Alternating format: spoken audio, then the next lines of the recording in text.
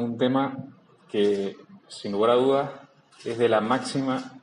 importancia y trascendencia para el conjunto de la ciudadanía. Miren,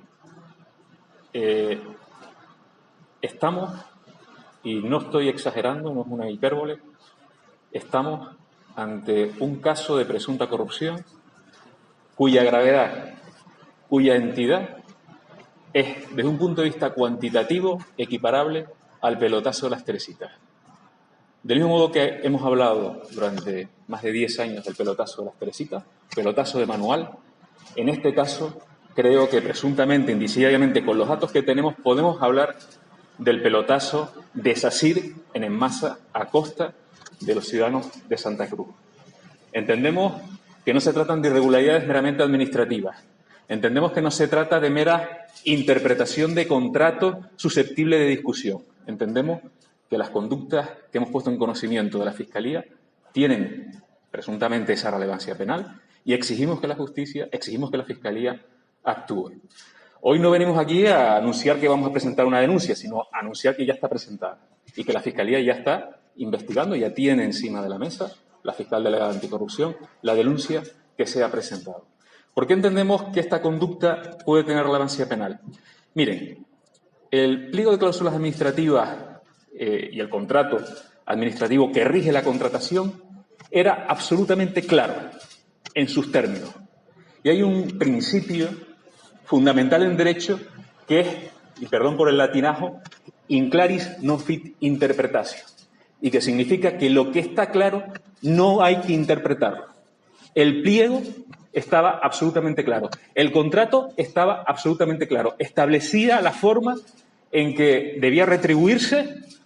a Enmasa y la forma en que SACIR, como accionista mayoritario, iba a recuperar la inversión y el coste. En este caso, SACIR, apoyándose en un informe que nosotros entendemos que es absolutamente sesgado y que carece de adecuado sustento jurídico, reinterpreta el contrato, hace suya facultades que corresponden a la Administración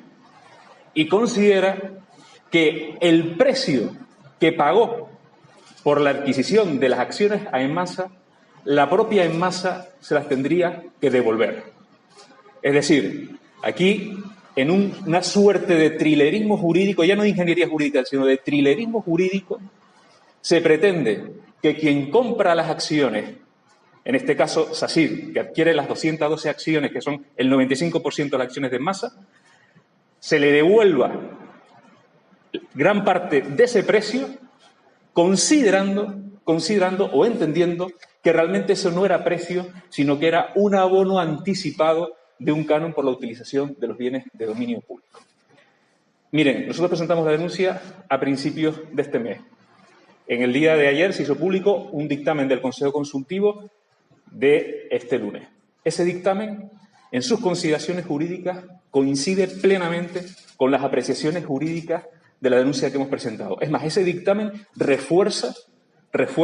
la apreciación delictiva que nosotros entendemos han podido incurrir en este caso. Nosotros consideramos que los miembros del Consejo de Administración de Enmasa,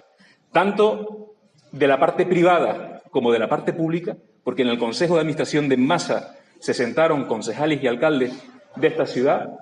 han podido incurrir en un delito de administración desleal, apropiación indebida continuado y también, en el caso de los representantes municipales, un delito de prevaricación por omisión. ¿Y prevaricación por omisión por qué? Porque ellos,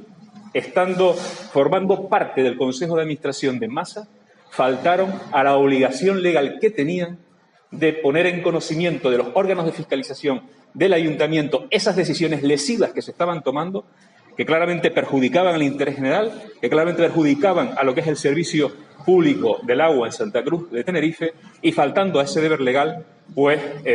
impidieron que el ayuntamiento tomara las decisiones como las decisiones que ahora se están tomando, que es la de ejercer la potestad de interpretar el contrato. En definitiva, nosotros entendemos que esta operación tiene que investigarse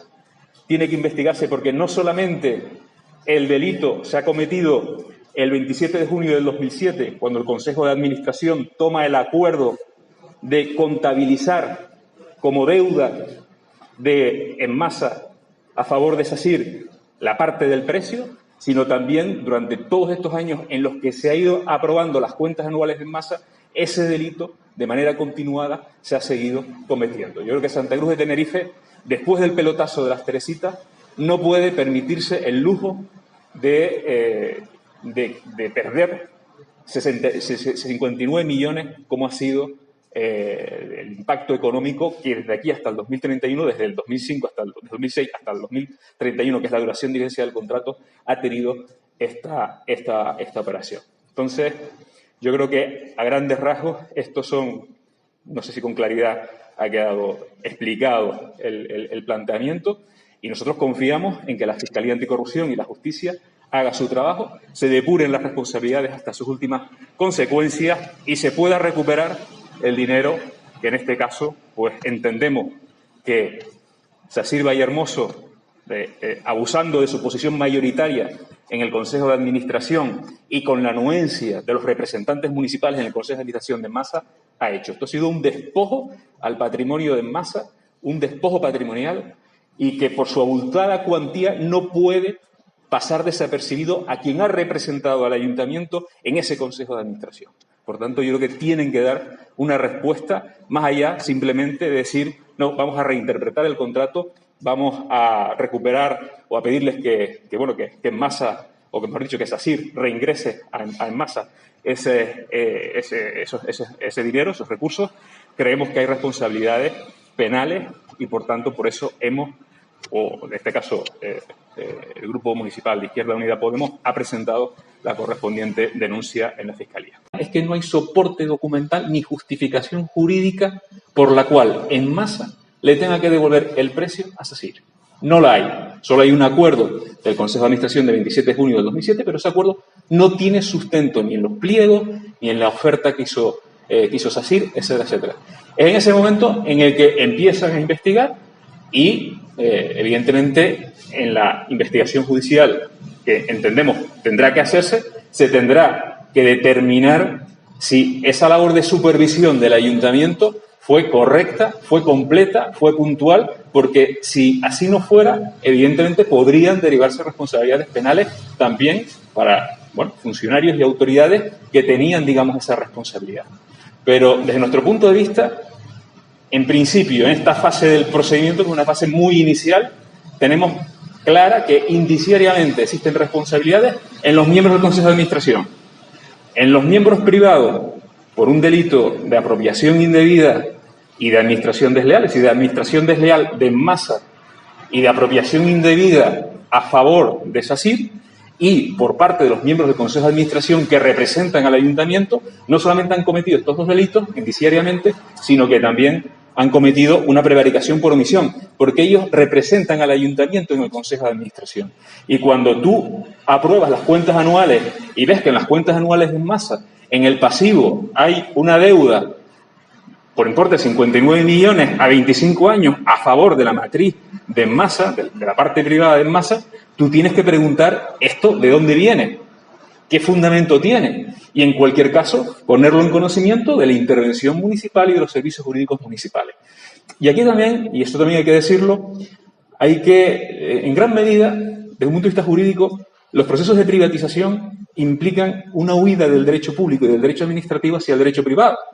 Y esa huida hacia el derecho privado también significa que los controles públicos que existen desaparezcan. Entonces, Enmasa aprueba sus cuentas, esas cuentas son auditadas por una empresa auditora privada, pero ni la intervención del ayuntamiento ni los servicios jurídicos del ayuntamiento necesariamente fiscalizan, controlan como si fuera una empresa pública. Si fuera una empresa pública, esos controles serían mucho más vigorosos. De ahí que precisamente la necesidad, y esto ya entramos en un plano de valoración política, de que realmente servicios vitales, estratégicos, como es el del agua, sean prestados de forma pública y sujetos a los controles públicos, porque evidentemente a nadie se le escapa que si Enmasa, en lugar de ser una empresa mixta, es decir, privatizada, hubiese sido una empresa municipal, desde luego esto no se hubiese producido, entre otras cosas, porque los controles públicos de fiscalización económico-financiera y fiscalización jurídica, de control de legalidad, hubiesen sido mucho más intensos. No sé si he podido responder